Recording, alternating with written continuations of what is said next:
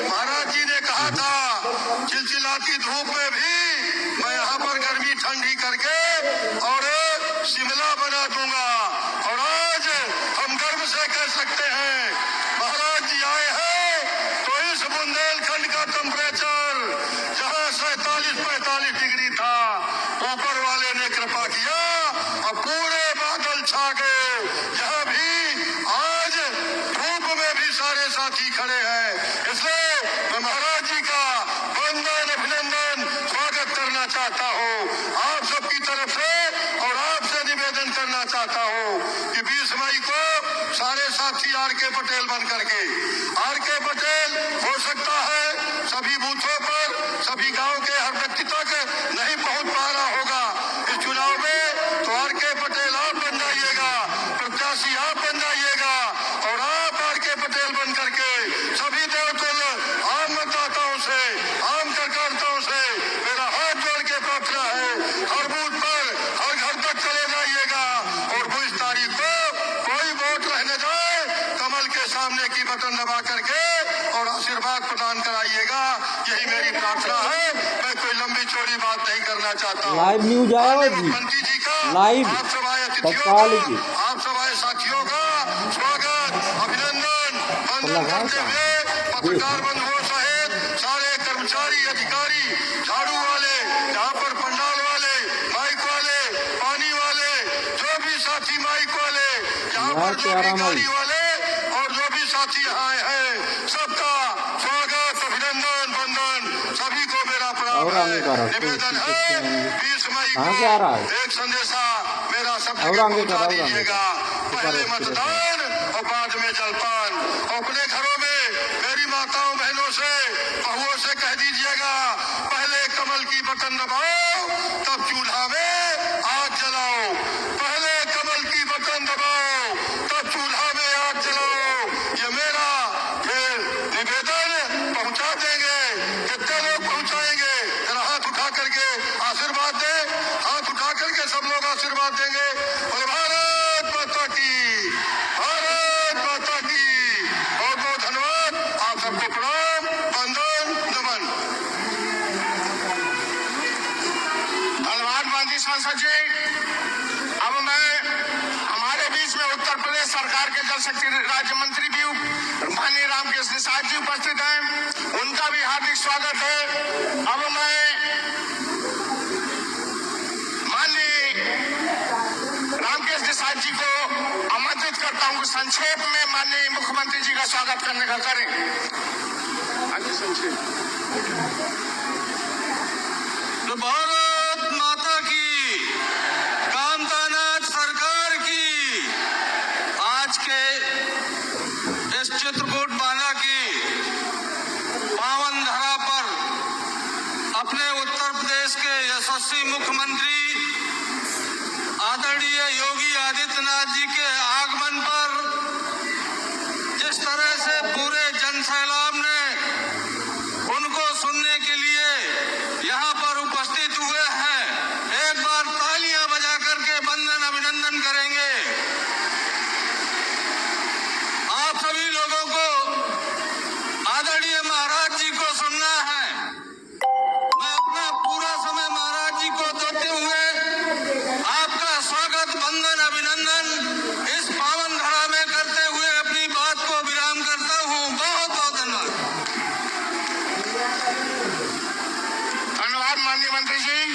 अब जिनको सुनने के लिए आप लोग दूर दराज से आए हुए हैं, ऐसे उत्तर प्रदेश सरकार के यशस्वी मुख्यमंत्री माननीय आदित्यनाथ योगी जी को मैं सीधे आमंत्रित करता हूँ और हम सभी को संबोधित करने का कष्ट करें।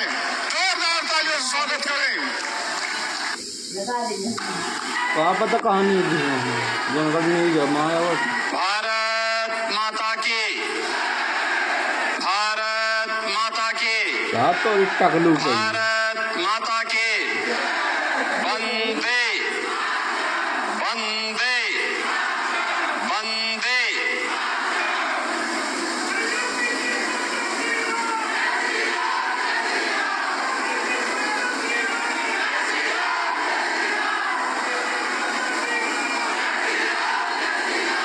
कालिंजर किले की ऐतिहासिक विरासत सजोने वाली महारानी दुर्गावती के शौर्य की साक्षी महर्षि वामदेव की तपोभूमि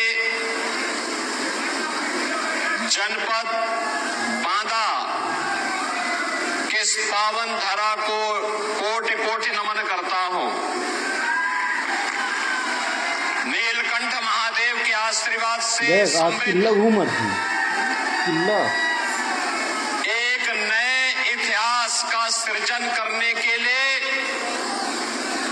हमारा बांदा आज तैयार बैठा है। किल्ली घूमती रही है ना। और इस अवसर पर आप सभी नरेनी और बांदा के अपने मतदाता बहन और भाइयों का मैं हृदय से अभिनंदन करता हूं, स्वागत करता हूं।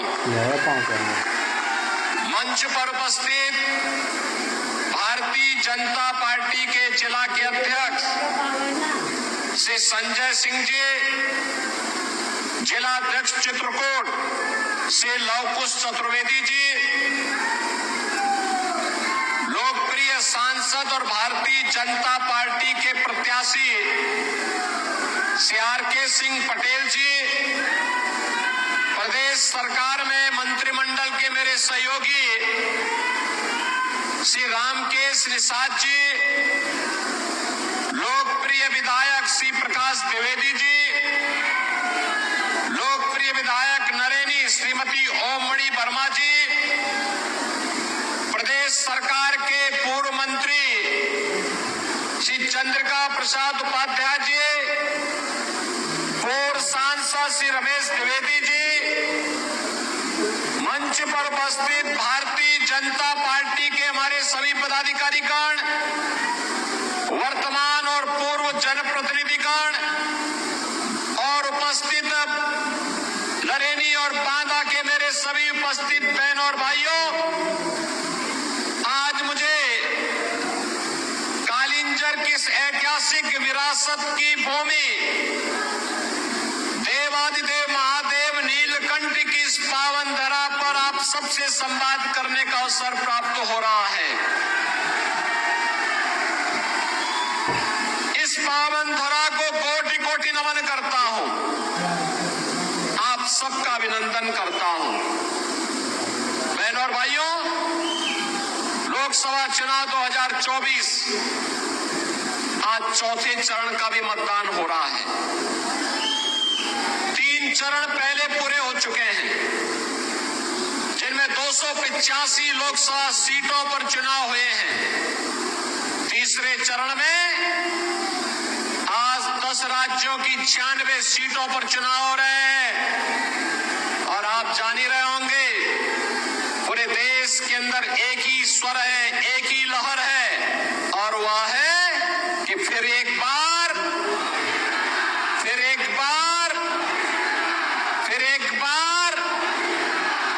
मोदी सरकार का।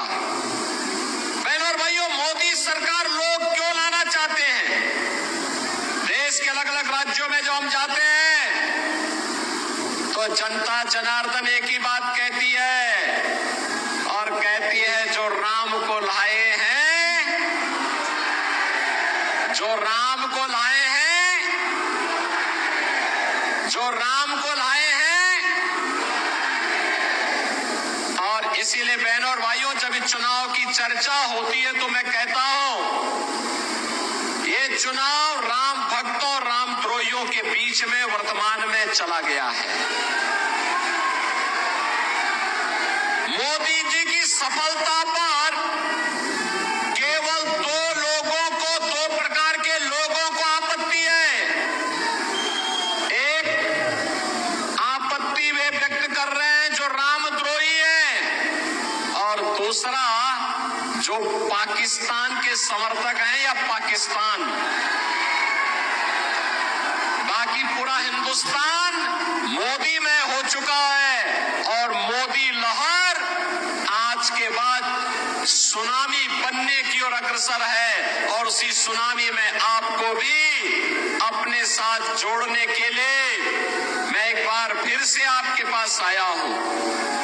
बहनों और भाइयों, आज जब हम बुंदेलखंड की बात करते हैं, हमें नए भारत का नया उत्तर प्रदेश और नया बुंदेलखंड भी दिखाई देता है। अब तो बुंदेलखंड बदल गया है।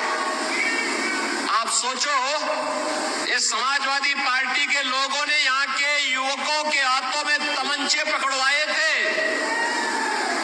और हमने यहां के नौजवानों के हाथों में टैबलेट पकड़वाने का काम किया है। टैबलेट, अब टैबलेट से स्मार्ट युवा और स्मार्ट युवा से डिफेंस कॉरिडोर का सपना साकार हो रहा है चित्रकूट में। बहनों और भाइयों, कोई सोचता था आज से 7 वर्ष पहले कि बुंदेलखंड में भी एक्सप्रेसवे बनेगी? आज एक्सप्रेसवे से जुड़ गया है ना।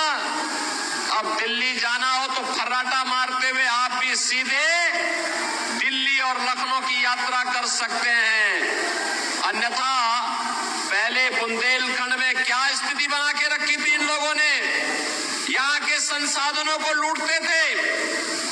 बुंदेलखंड को, हमारे बुंदेलखंड को, बांदा को, चित्रकूट को बदनाम करते थे और यहाँ के लोगों को प्यासा तड़पने के लिए छोड़ देते थे। आज तो हर घर नल की योजना अपने अंतिम चरण में चल रही है ना। हमने कहा था हर घर नल की योजना से बुंदेलखंड को संतृप्त करेंगे। हमने कहा था बुंदेलखंड में विकास की वो हर योजना लेकर के आएंगे जिससे बुंदेलखंड वंचित था। और आज बहनों और भाइयों, अपार संतुष्टि होती है बुंदेलखंड के विकास करने के लिए, क्योंकि हमारे प्रभु राम को संकट के समय आश्रय दिया था चित्रकूट ने, बुंदेलखंड ने। इसलिए उसके प्रति मोदी और योगी कृतज्ञता ज्ञापित करने के लिए विकास करा करके यहाँ के नौजवानों के चेहरे पर, यहाँ के अन्नदाता किसानों के चेहरे पर, यहाँ की माता और बहनों के चेहरे पर खुशहाली लाने के लिए पूरी प्रतिबद्धता के साथ कार्य करना चाहते हैं। बहनों और भाइयों, आज ये नया भारत है। नया भारत है। एक तरफ दुनिया के अंदर मोदी जी के नेतृत्व में भारत का सम्मान बढ़ा रहा है, दूसरी तरफ सीमाएं भी सुरक्षित हुई है।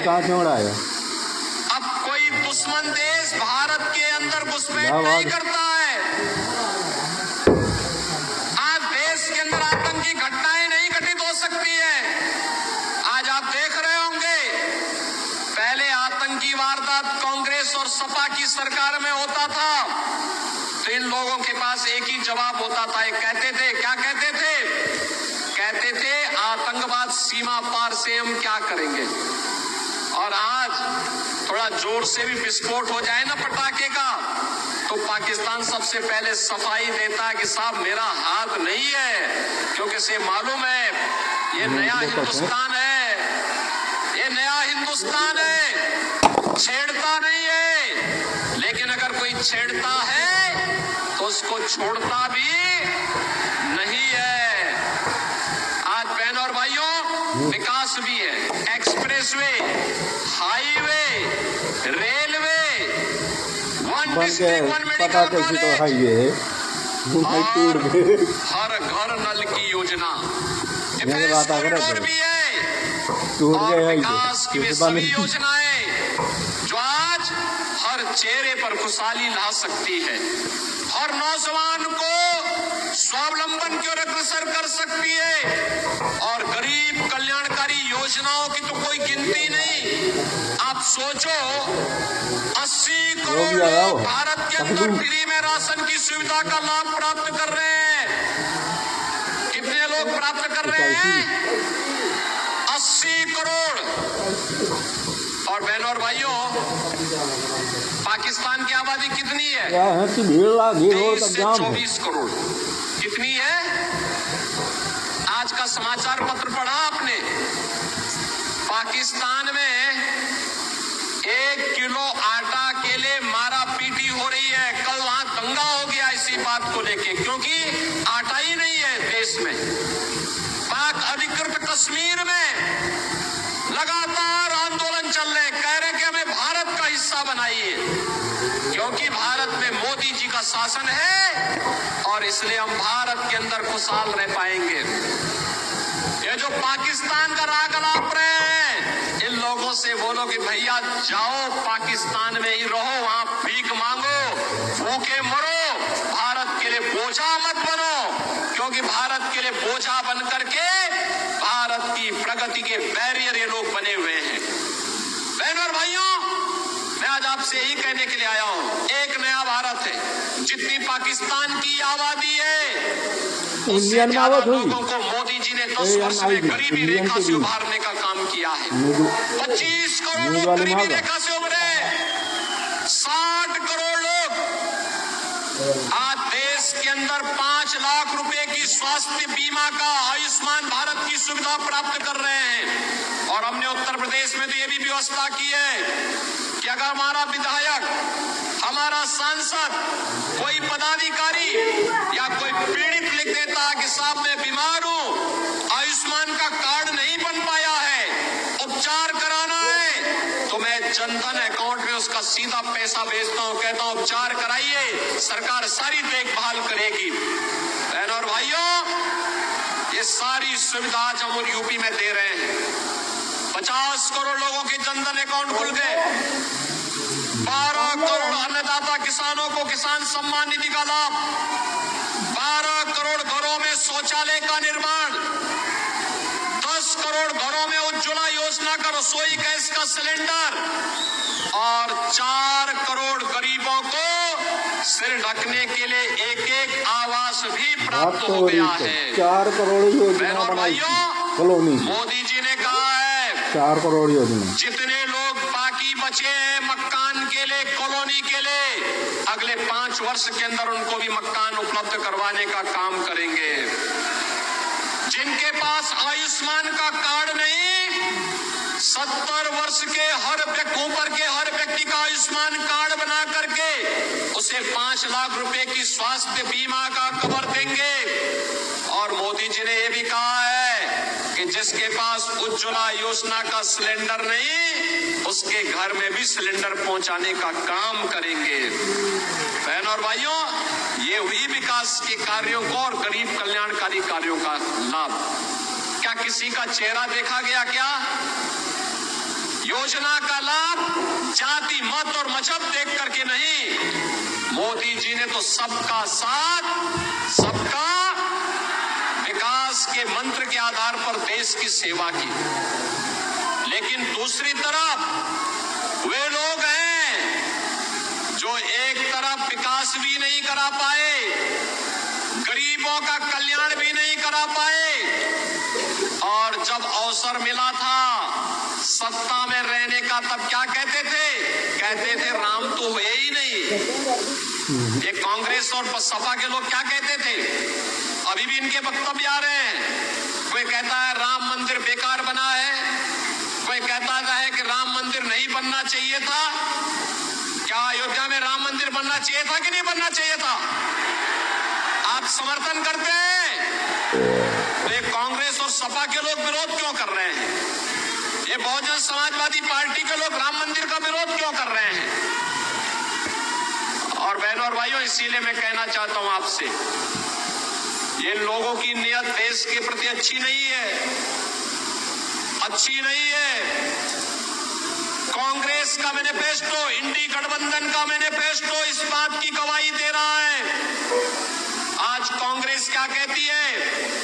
कांग्रेस और सपा का गठबंधन आज कहता है कि अगर सत्ता में आए तो अनुसूचित जाति, जनजाति और पिछड़ी जाति की आरक्षण को बांट करके मुसलमानों को दे देंगे। क्या आप इसको स्वीकार करेंगे? क्या इसको स्वीकार करेंगे? क्या कांग्रेस ने यूपीए सरकार के समय इस प्रकार की शरारत करने का प्रयास किया था, जब उसने जस्टिस रंगनाथ के नेतृत्व में और जस्टिस राजेंद्र सच्चर के नेतृत्व में कमेटी गठित करके एक प्रयास किया था, तब भारतीय जनता पार्टी और एनडीए ने विरोध किया था और कहा था, बाबा साहब भीमराव अंबेडकर ने कहा आरक्षण नहीं हो सकता, तो इसलिए भारत के अंदर मुसलमानों को आरक्षण नहीं लेने देंगे। तब अनुसूचित जाति, जनजाति और पिछड़ी जाति का आरक्षण बच पाया था। बहनों और भाइयों, ये कांग्रेस और सपा के लोग फिर से वही षड्यंत्र करने में लिप्त हैं। इन्होंने अपने घोषणा पत्र में दूसरी बात कही, कहा कि सत्ता में आएंगे, एक झटके में गरीबी मिटा देंगे। राहुल गांधी को इतनी बुद्धि कहां से आ गई, मैं तो ये नहीं समझ पाया। कहते हैं एक झटके में मिटा देंगे। कहां से एक झटके में मिटाएंगे? तो अब वो कहते हैं कि हम संपत्ति सर्वे करवाएंगे, यानी आपकी संपत्ति का कांग्रेस और सपा के लोग सर्वे करवाएंगे। सर्वे करवाने के बाद फिर वे आपकी संपत्ति को एक विरासत टैक्स लगाएंगे। विरासत टैक्स का मतलब जितनी प्रॉपर्टी आपकी है, इस प्रॉपर्टी में से आधा सपा और कांग्रेस के गुंडे हड़प लेंगे और आपको कहेंगे कि ये हमने विरासत टैक्स आप पे लगाया है। क्या आप इसको स्वीकार करेंगे? क्या अरे आपके पूर्वजों की कमाई, बाप दादों की कमाई, और एक कांग्रेस और सपा के गुंडे कहां से उसमें डकैती डालने के लिए आ जाएंगे? क्या आप इनको छूट देंगे? क्या छूट देंगे? लेकिन ये करना चाहते हैं। और तीसरा कार्य करना चाहते हैं। कांग्रेस ने अपने मैनिफेस्टो में एक बात कही है। उसने क्या कहा है? कहा है अगर कांग्रेस सत्ता में आती है, कांग्रेस का इंडी गठबंधन, समाजवादी पार्टी, लालू और ये सभी लोग अगर सत्ता में आते हैं, तो उन्होंने कहा है कि वह अल्पसंख्यकों की रुचि के अनुसार खान पान की स्वतंत्रता देंगे। बहनों और भाइयों, जो बहुसंख्यक खाता है वही अल्पसंख्यक भी खाता है। रोटी वो ये भी खाता है, वो भी खाता है। चावल ये भी खाता होगा, वो भी खाता होगा। पकवान अलग अलग सब लोग एक साथ खाते हैं। एक जगह मतभेद होता है, और मतभेद होता है भारत का बहुसंख्यक समाज गोमांस नहीं खाता है, लेकिन मुसलमान गोमांस जबरदस्ती खाने का प्रयास करता है। क्या आप कांग्रेस को गौ हत्या करने की छूट देंगे? क्या छूट देंगे? अरे राम मंदिर से जो पुण्य कमाया है, यह भी चला जाएगा अगर गौ हत्या होगी तो। और इसलिए पाप को कांग्रेस और सपा को करने की छूट नहीं देंगे। सहमत है? आज तो अयोध्या में राम मंदिर का निर्माण हो गया ना। यहां से कितने लोग अयोध्या गए थे? वाह भाई, पूरा नरेनी जा चुका है। लेकिन बाकी जो बचे हैं, मैं आर.के. पटेल जी को भी, श्रीमती ओम मणि वर्मा जी को भी और श्री प्रकाश द्विवेदी से भी कहूंगा, बाकी लोगों को चुनाव के बाद एक बार अयोध्या दर्शन जरूर करवा के लेके आ जाइए। बहनों और भाइयों, आज अयोध्या जाएंगे ना, आज अयोध्या जाकर के देखेंगे तो आपको लगेगा कि प्रभु राम के समय की अयोध्या साक्षात आ गई है। इतनी अच्छी सही चमक गई अयोध्या। अब एक तरफ राम भक्त है, दूसरी तरफ नामद्रोही है। एक तरफ विकास के कार्य कराने वाले लोग हैं और दूसरी तरफ विकास में रोड़ा अटकाने वाले लोग हैं। एक तरफ गरीब कल्याणकारी वाली भाजपा है और दूसरी तरफ गरीबों के हकों पर डकैती डालने वाली सपा और कांग्रेस और बसपा है। और इसीलिए मैं आपसे कहने के लिए आया हूं, राम भक्तों पर गोली चलाने वाले इन रामद्रोहियों को कतई सत्ता नहीं सौंपनी चाहिए। आतंकवादियों के पैरोकार समाजवादी पार्टी और कांग्रेस को कतई समर्थन नहीं दिया जाना चाहिए।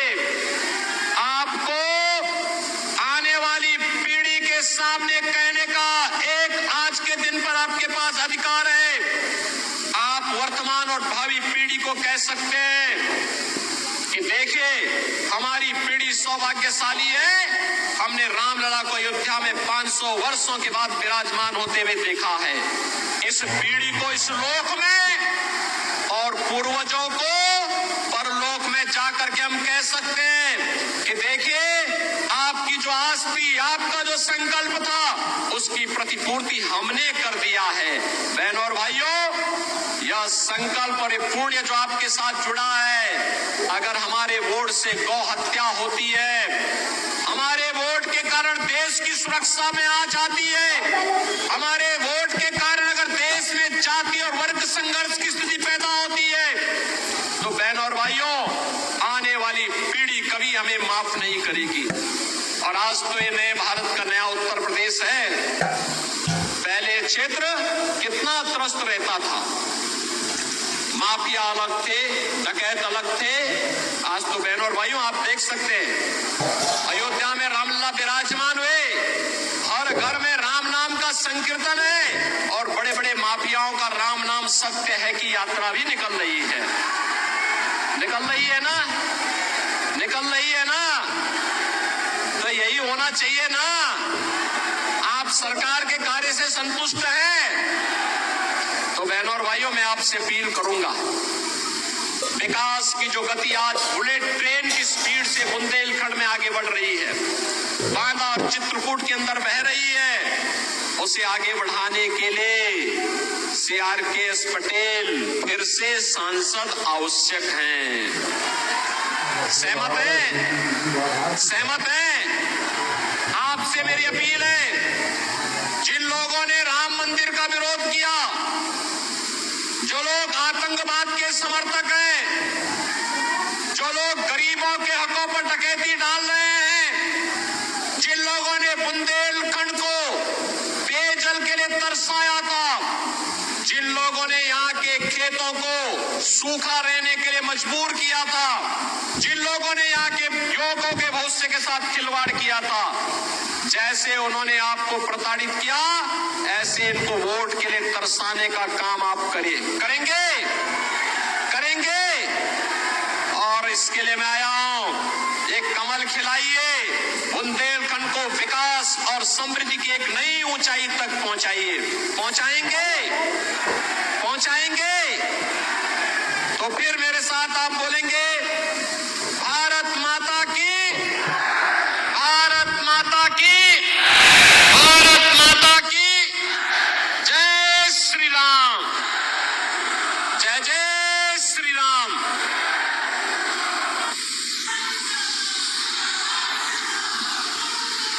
देश की समृद्धि के लिए एक बार फिर मोदी सरकार, बोले भारत माता की। जो राम को लाए हैं, जो राम को लाए हैं, हम अब भारतीय जनता पार्टी जनपद बांदा के जिलाध्यक्ष आदरणीय संजय जी को आमंत्रित करता हूं कि वो आए और समस्त अतिथियों सहित